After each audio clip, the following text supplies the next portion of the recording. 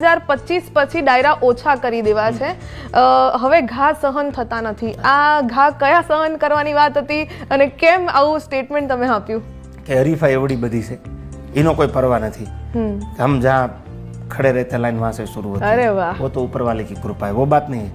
પણ તકલીફ એ વાત છે કે આ બધું પીઠ પાછળ કોઈક બોલે ની મજા નથી આવતી. આજ તમને મને તકલીફ હોય તો તમે સામે આવીને કહી દો, પણ પીઠ પાછળથી જે વાતું કરે એટલે આપણને એમ થાય ચાલુ આટલું બધું આ રાજકારણ આમાં ક્યારે આવી ગયું? આ દુનિયા તો ભજનની છે, વિશાળ સમંદર જેવી દુનિયા છે. હું મારા રિધમવાળા નહીં કહું કે ભાઈ કેવું દેવાત ખવડ બોલતો હોય, ગાતો હોય, તમે વગાડતા હોય, પછી કોઈ બીજા આવે તો એનામાં એવું જ વગાડજો યાર.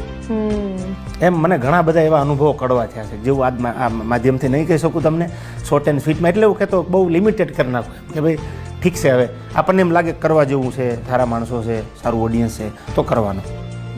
પછી બધાને શું હોય ભાઈ, ઘણા એવા ડાયરા મેં કર્યા છે કે ભાઈ અમારા વખાણ કરો, લાવો બોલાવીએ ને અજમાવીએ, એવું બી થતું હોય. હા, ઘણા એવું કહેતા હોય. મેં એવું સાંભળેલું છે કે ભાઈ હવે એમની કિંમત શું હોય?